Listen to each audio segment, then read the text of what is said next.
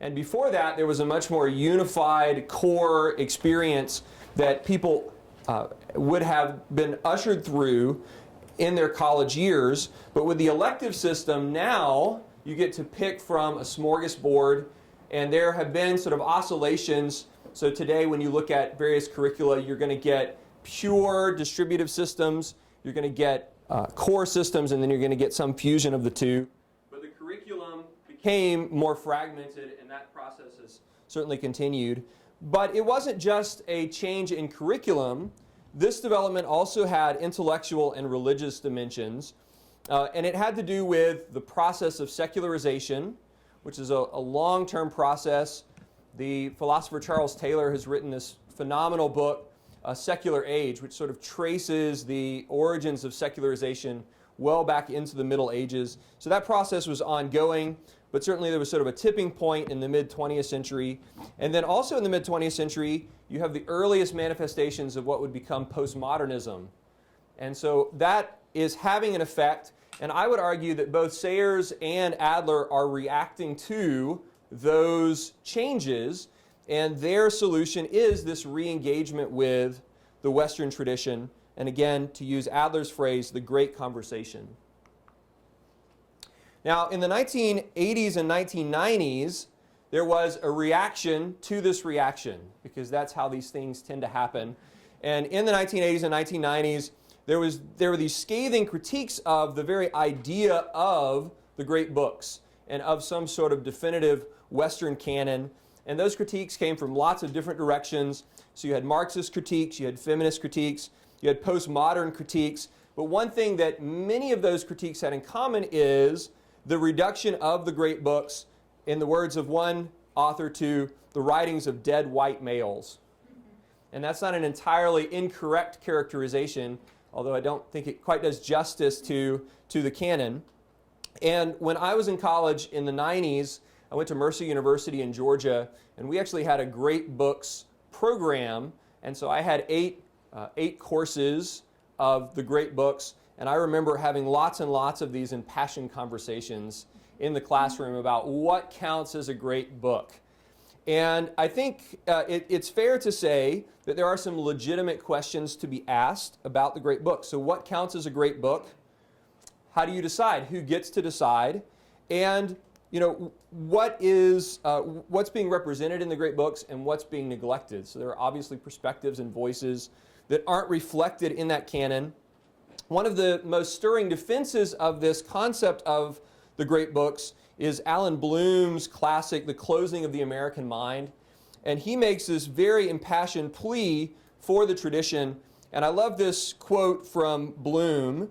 He says, "The liberally educated person is one who is able to resist the easy and preferred answers, not because he is obstinate, but because he knows others worthy of consideration." So it's not necessarily that the great books are prescriptive, but they give us access to a range of perspectives, and they help us overcome what C.S. Lewis would call presentism. And so there's some real value there. And the other thing I would say, which I think is kind of interesting to think about, is, and this is something that's often missed, is that the canon is not just externally defined. It is sort of problematic for a bunch of people to sit around and say, let's make a definitive list of the books that are great and the books that are not great. How would you do that? But I would say that the canon is actually, to a certain extent, internally defined.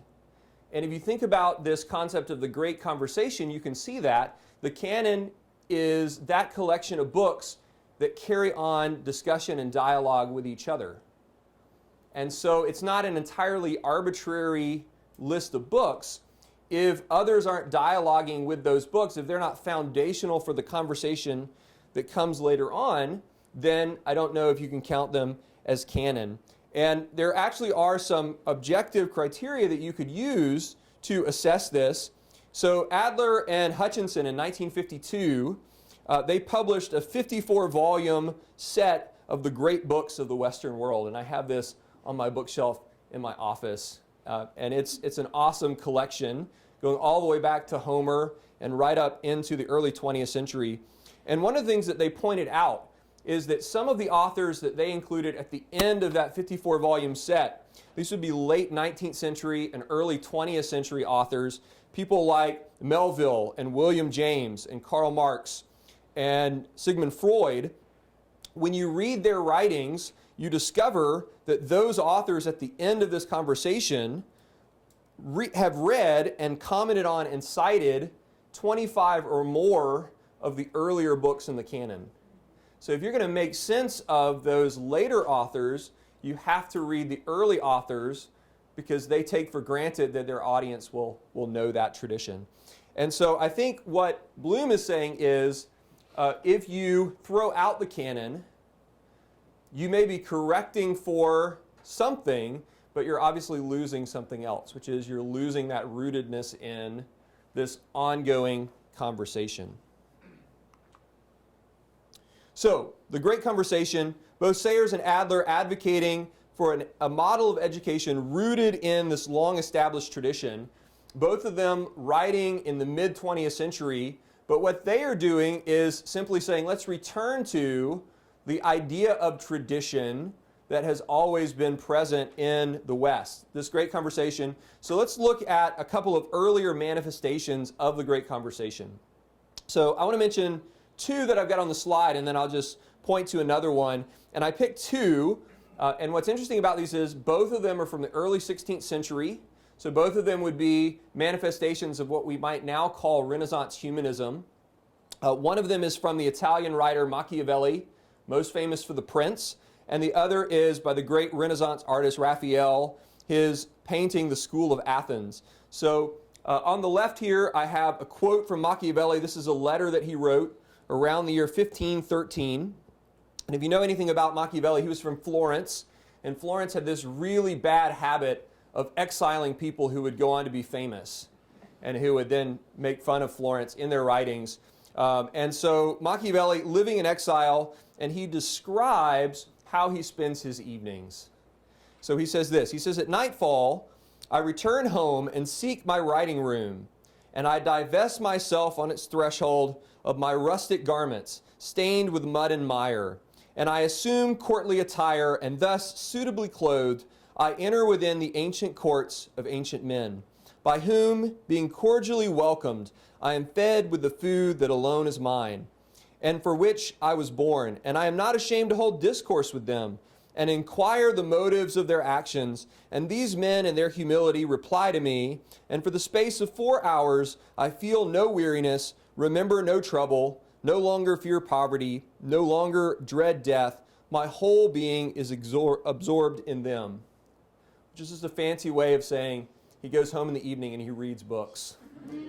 But that sounds pretty nice. So we've got Machiavelli. Just a few years earlier, also in Italy and Rome, we have Raphael's painting The School of Athens. This is probably one of the best known works from this period in the Italian Renaissance. And in this famous painting, Raphael has depicted famous figures from the Western tradition. And so if you study it carefully, you can pick out Plato and Aristotle right there in the middle. And Plato is sort of pointing up because he's an idealist. He's pointing up to the realm of ideas. And Aristotle is gesturing out like this, no, be an empiricist, study the world around you. And we have other characters. We have Pythagoras. We have Euclid.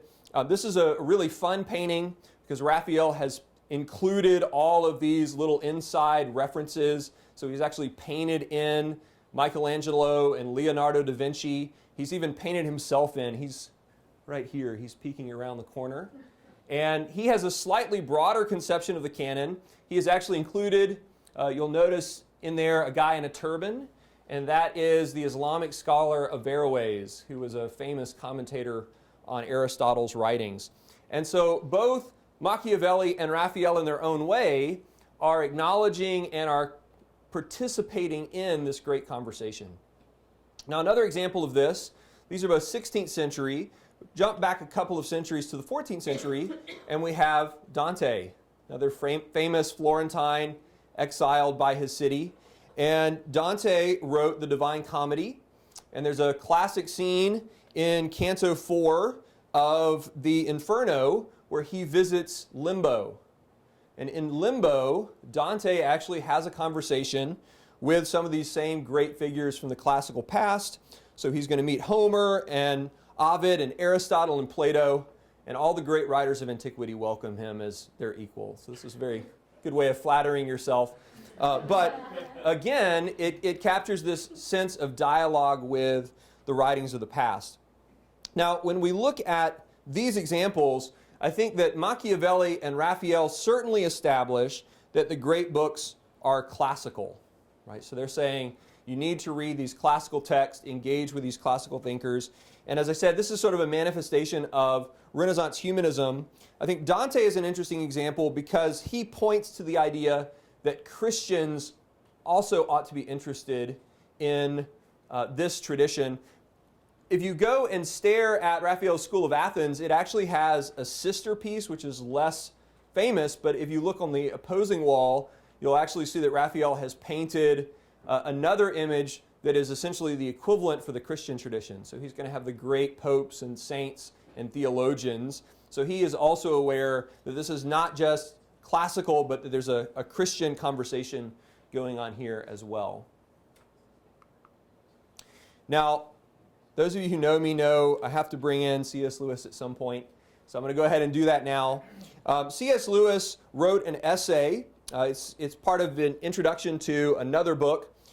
And this essay is often called On Reading Old Books. And in this essay, C.S. Lewis makes the case for why we ought to be reading old books. So this would be very much in the vein of Adler and of Sayers. And C.S. Lewis says this. He says, "Every age has its own outlook. It is especially good at seeing certain truths and especially liable to make certain mistakes. We all therefore need the books that will correct the characteristic mistakes of our own period, and that means old books." So go and read old books. Now, on its own, that statement and this essay could simply be seen as affirming the same liberal arts tradition as Adler and Bloom. So C.S. Lewis, very well educated, Oxford and Cambridge scholar, of course he's going to say read old books. But for C.S. Lewis, this goes a little bit deeper. And in fact, back in 1943, he had gone much further. And in one of his most famous books, a collection of essays called The Abolition of Man, Lewis talks about what he calls the Tao. And this is an idea that he takes from Eastern philosophy, Eastern religion. But the Tao is, in Lewis's view, this universal truth. It's an objective truth that transcends a particular time or place. It transcends a particular culture. And he argues for the existence of objective truth. And again, I think Lewis is ahead of his time here. He can kind of see the postmodern critique that's on the horizon, and he's arguing against that. And the abolition of man, at least this portion of it, is not as explicitly in a Christian apology as some of his other writings, like Mere Christianity, but it is definitely an apologetic for objective truth. And you don't have to read that carefully to see that Lewis is arguing that that objective truth is most fully embodied in Christian revelation, but that truth is not exclusively found in Christian revelation, that you need both of those things. So Lewis is yet another mid-20th century academic advocating for an education rooted in a deeper tradition, although his more clearly Christian perspective is obviously grounding that tradition, whether it's classical or Christian, in the transcendent. And I think that language of transcendent truth is really key. And Lewis, just like the others that we talked about a few minutes ago, Lewis is just reaffirming something that Christians had long recognized. And that recognition is often summed up in this phrase, all truth is God's truth. And you find Christian thinkers throughout the ages making this affirmation. So John Calvin, for example, says, all truth is from God, and consequently, if wicked men have said anything that is true and just, we ought not to reject it, for it has come from God. So anywhere you find truth, that is God's truth. And Calvin is echoing Augustine of Hippo, who had said this. He said, nay, but let every good and true Christian understand that wherever truth may be found, it belongs to his master. And Augustine is himself responding to this question that Tertullian had posed, which is, what has Jerusalem to do with Athens? Tertullian is pretty skeptical of classical philosophy, classical culture, but Augustine says, no, we need to engage with that. Obviously, we have to do that in a sophisticated way, and we have to be careful with that. But one of the analogies that Augustine likes is he says that we have to be willing to seize the spoils of Egypt. So just like the Hebrews carry out the gold and the silver of Egypt, and then later on in the book of Exodus, they use those materials to build the tabernacle, that we as Christians can take the gold and the silver, the truth that we find scattered out throughout this great tradition, and we can use that to build this structure of truth. Now, Louis Marcos, who is going to be speaking later tonight, he makes much the same argument. He has a great book, if you haven't read it yet, From Achilles to Christ, in which he argues that Christians should be reading the pagan classics, and he goes back and looks at Homer, he looks at the Greek tragedy writers, he looks at Virgil, and he argues for why Christians ought to be engaged with that literature. But this is how he sums it up in his introduction. He says, wherever man has sought with his entire being to perceive the truths of his Creator, God is there. He does not always approve, but he is always present. And at times he speaks through the mouth of the pagan. Though the fullness of deity is found only in Christ, and the fullness of his revelation in the Bible alone, the shadow of the Almighty yet hovers and broods over the yearnings of the pre-Christian world. And I think that you could actually make that same case even for secular literature today. I mean, if you're reading Freud or Nietzsche or Marx, obviously they have lots of presuppositions which are at odds with a Christian worldview, but they would not have had the impact that they have if there weren't elements of truth there as well. So even the aggressively secular is still worthy of being engaged with and can be seen as classical and Christian in a certain sense.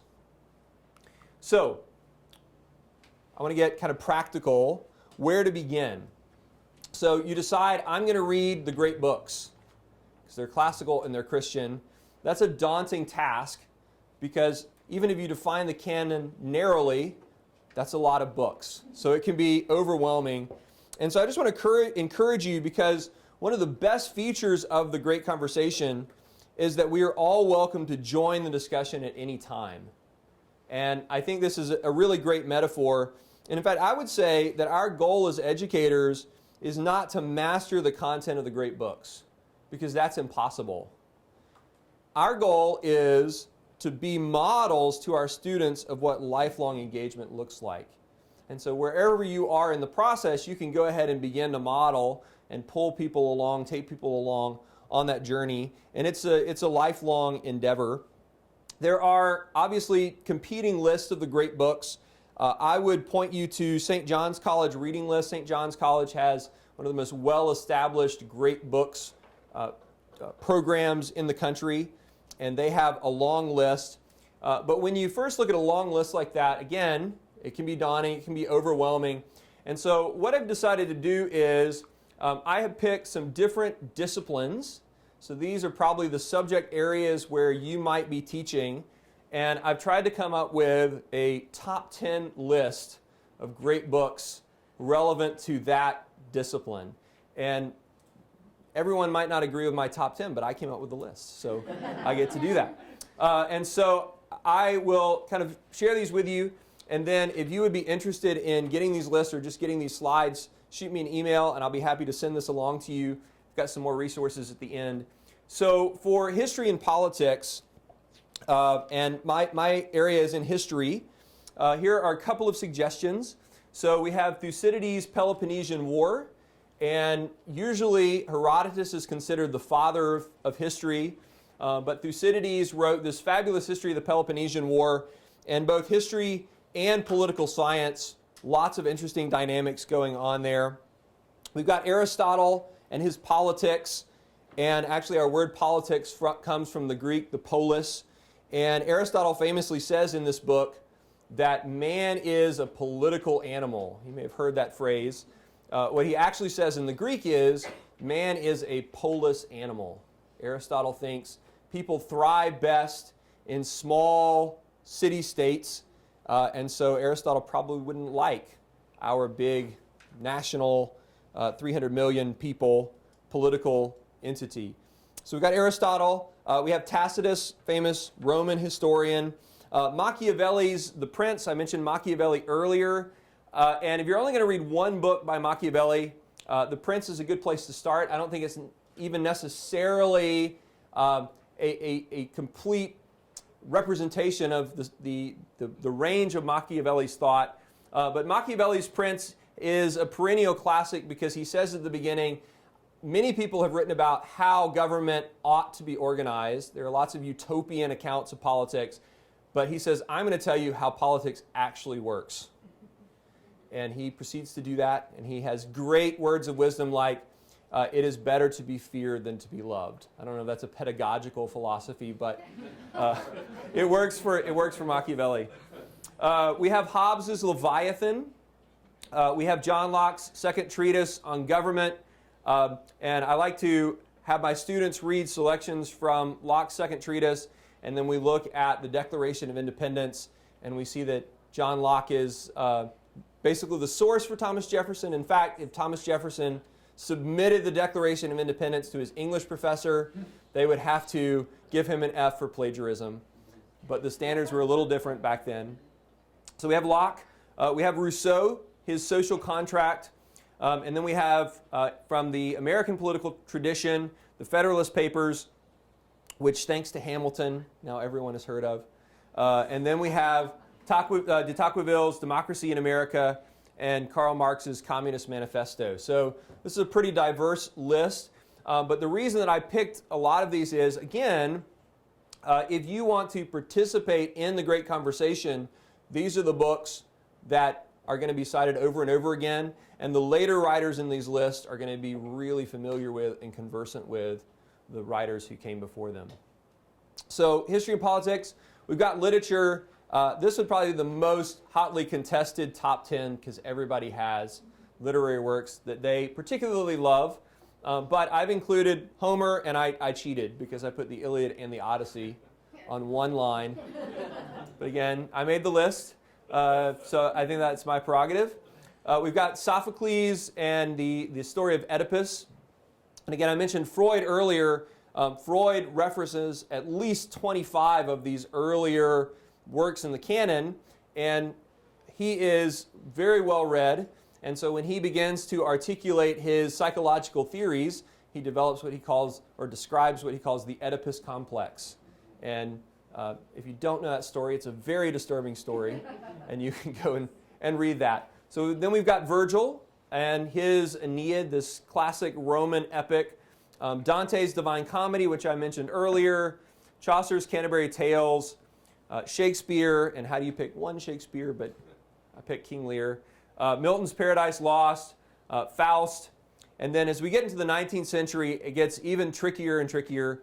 I included as number 10 Dostoevsky's Brothers Karamazov because, in my view, that's the greatest novel that's ever been written. So if you've never read Brothers Karamazov, you should check that out.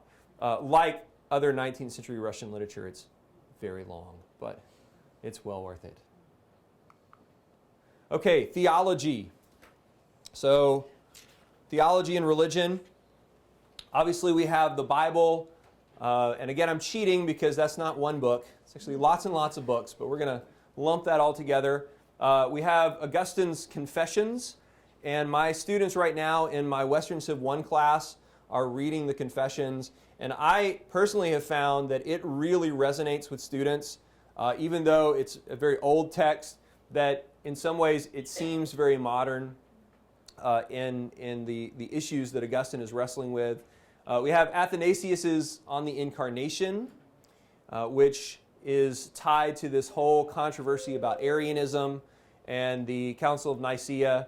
And then as we move on into the Middle Ages, Anselm's book on why God became a man, Thomas Aquinas's theological reflections, and actually we could have thrown Aquinas into our discussion, of people who are very much engaged in the conversation, because Aquinas' life project is to try and find some way of reconciling Aristotle's philosophy and the principles of Scripture. Then we've got Luther and Calvin moving on into the Reformation. Pascal, 17th century French writer, and then moving on into the 19th and 20th century, Kierkegaard and Karl Barth's Epistle to the Romans. And again, we could add to this list on and on and on, but here are some good starting places. Science and math. And again, you might think, well, science and math, this is not really a sphere that's all about books, but the canon has a lot to say about science and math. So we can go all the way back to Plato's dialogue, the Meno, which is pretty short and accessible. And then we have Aristotle's Physics, Euclid's Elements, and then moving on, Lucretius, Roman author on the nature of things, which is a very long poem about science. Not a lot of long poems about science, but Lucretius wrote one.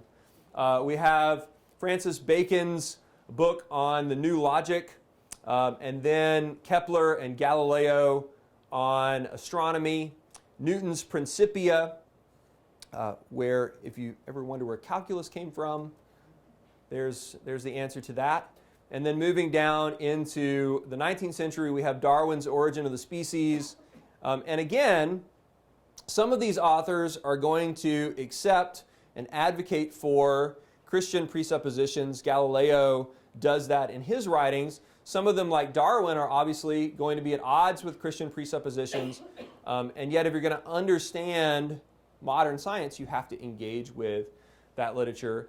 And then this is the most recent by far, Thomas Kuhn's Structure of Scientific Revolutions. Kuhn is a philosopher of science, and he is one of the authors who popularized the idea of the paradigm shift. So that's a term that's entered popular language. And he sort of talks about how it is that one scientific model supplants another, and the complexities of that. And then philosophy and ethics. And again, we could expand this list quite extensively. If I had to kind of limit all of this down to one or two books, I think I would always include Plato's Republic, because it is foundational to a lot of what comes later on.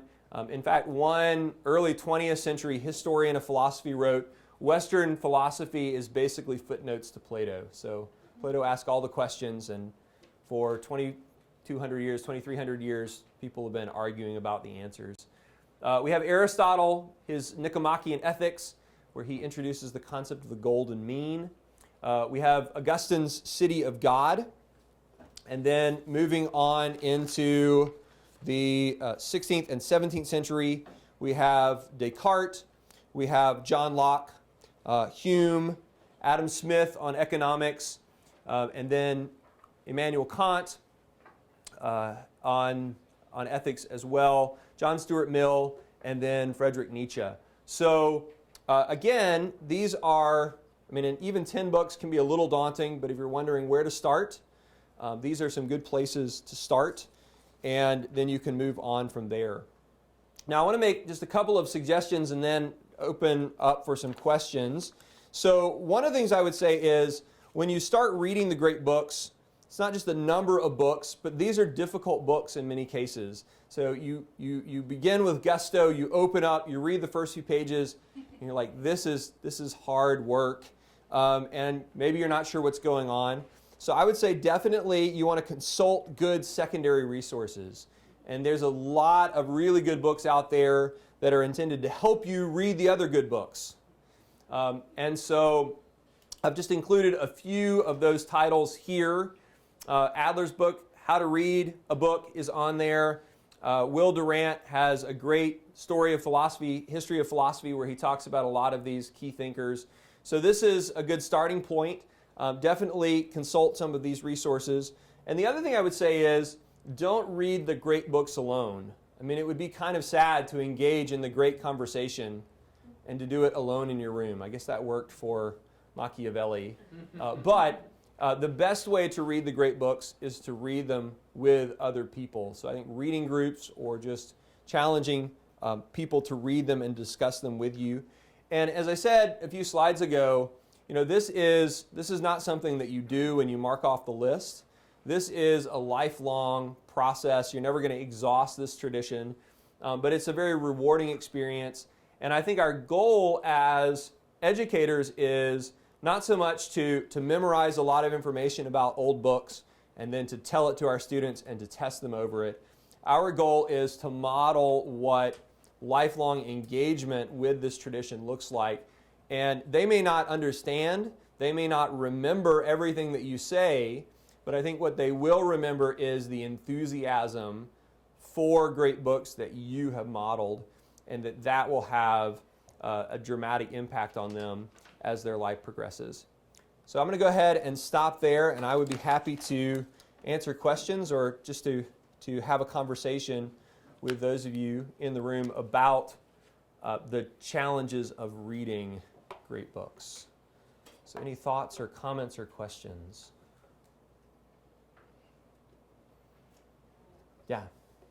On the Abolition of Man, I tried reading it so many times and I've almost gotten through it now. I really love it, but I don't understand much Yes. of it.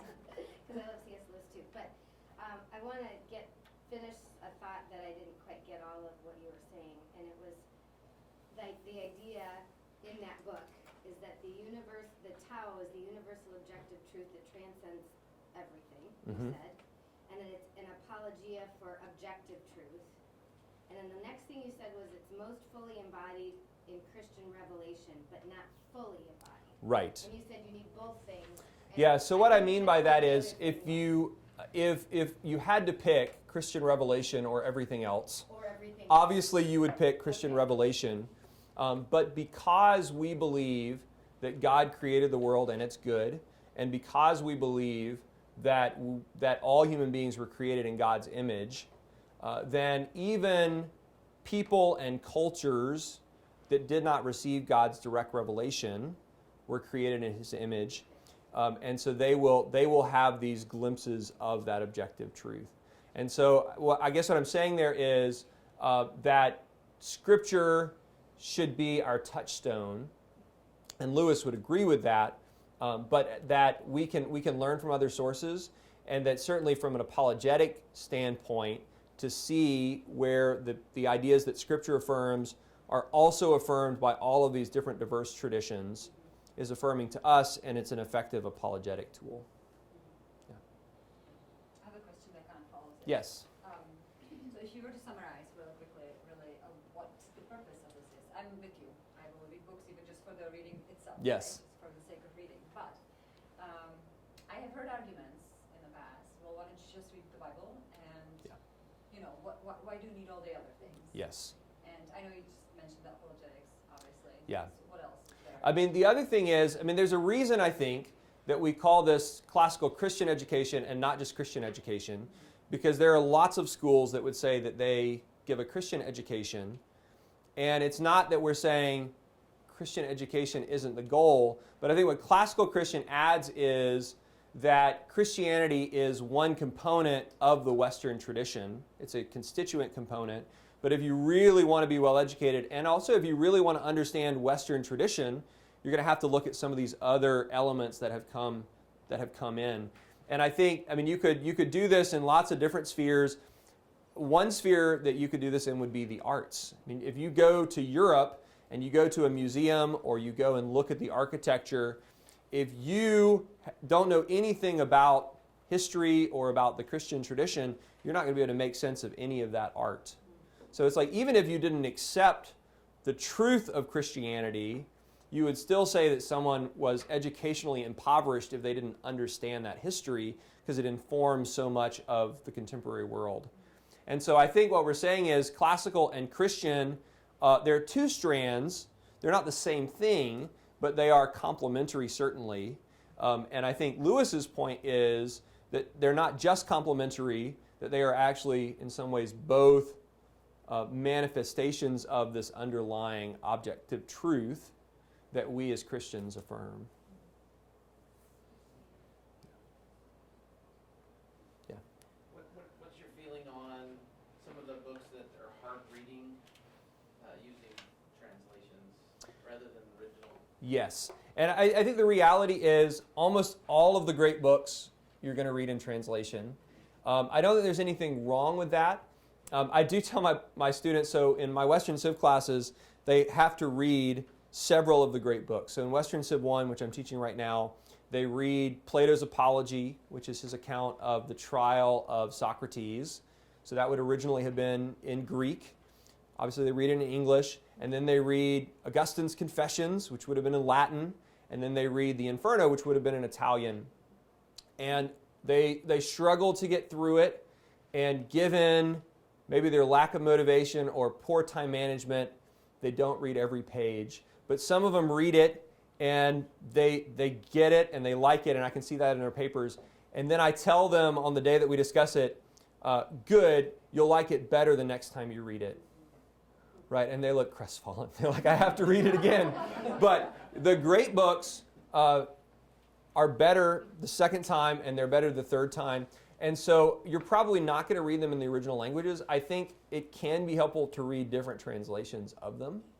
I mean, and even with something like the Bible, right? When you read the Bible in a different translation than the one that you usually use, you get new insights. And the same thing can happen if it's Aristotle or if it's Dante. So that would be my answer there. Yeah, absolutely. I have a question. It goes along similar lines, but I heard an interview with someone who's also advocating for the great books, and he said that set by Mortimer Adler, I mean that encyclopedia, said it looks awesome. But those editions are more difficult to read than ones that you should pursue otherwise. So I was wondering if you could speak to, it looks really pretty, but if you really want to get into the Odyssey or pick a book, maybe that edition isn't the one to read. Right. And honestly, I would say the Penguin edition of a lot of these is great, because Penguin tends to have pretty accessible translations. They tend to have good introductions and notes. And when I assign the Inferno, for example, half the book is notes. And I say, you don't have to read all of those notes, but you're going to get confused at some point, and you're going to be really helpful. It's going to be really helpful to refer to the notes. So yeah, I would say you want to pick a translation where the prose is understandable, and then if it has some of those supplemental materials, that can be really helpful. Yeah. Do you have a set way you encourage your students to annotate as they're reading? I mean, I just encourage them to read very actively, so to underline, to highlight, to jot things in the margins. And it is actually really interesting.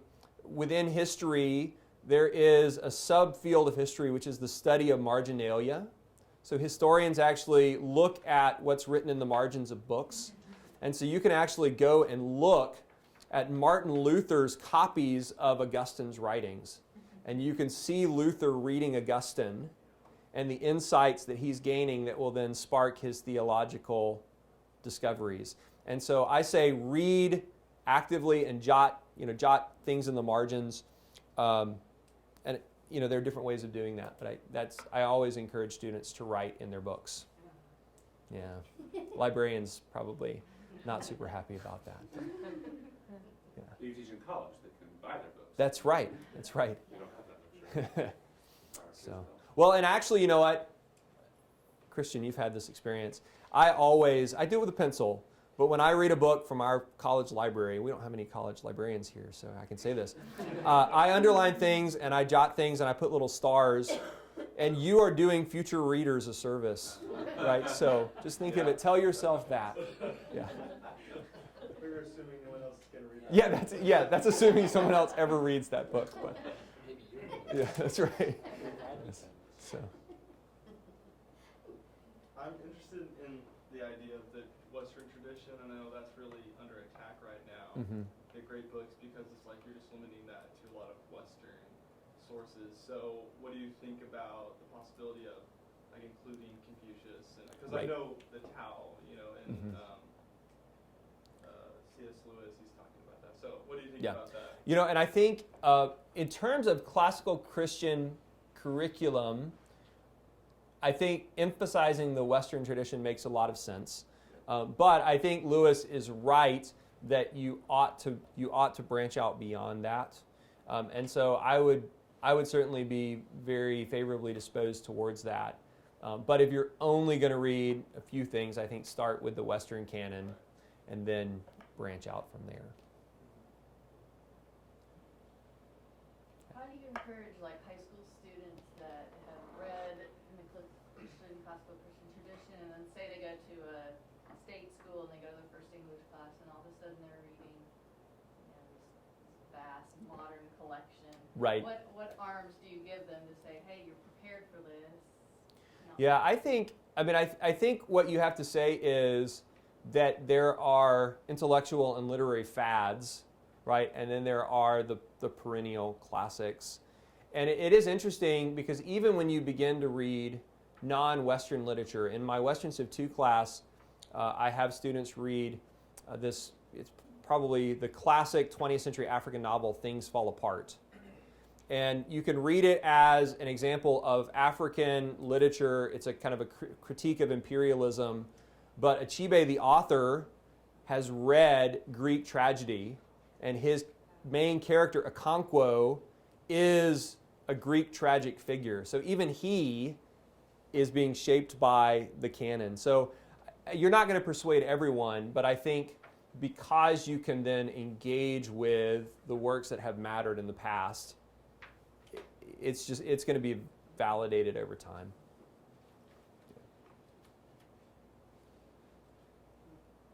There's kind of a sense in which in like studying these books we're also learning the forms of just expression, Right. like logic and language, and so it could even help like a minority group or something communicate their ideas more effectively. Yeah, and like I said earlier, I think there are legitimate critiques of the great books.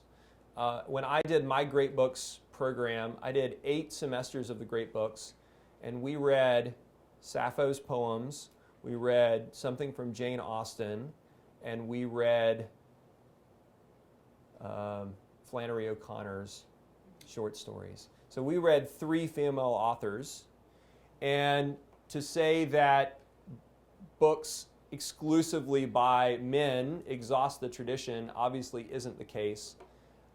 And I think that you should read great literature by female authors, by minority authors. But in terms of canon, the reality is that the great conversation has been dominated by these authors. And so literacy in that tradition is engagement with those authors. So what I would say is don't throw out the canon. You can certainly broaden it, and you should read beyond that. But it would be an overreaction to say, well, these are all dead white males, so let's just forget that and only read books by lesser-known figures.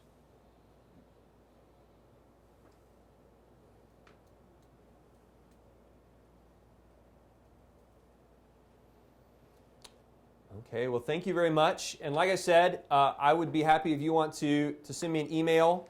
I would be happy to send you my slides, and they have the top 10 lists on there, and they have these resources here at the end too.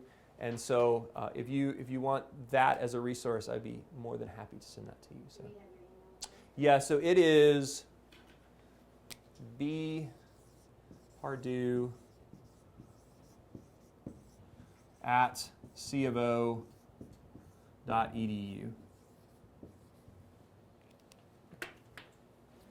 And if you have a particular topic maybe that wasn't one of those lists, and you would kind of like suggestions about where to begin, I would be happy to make other suggestions as well.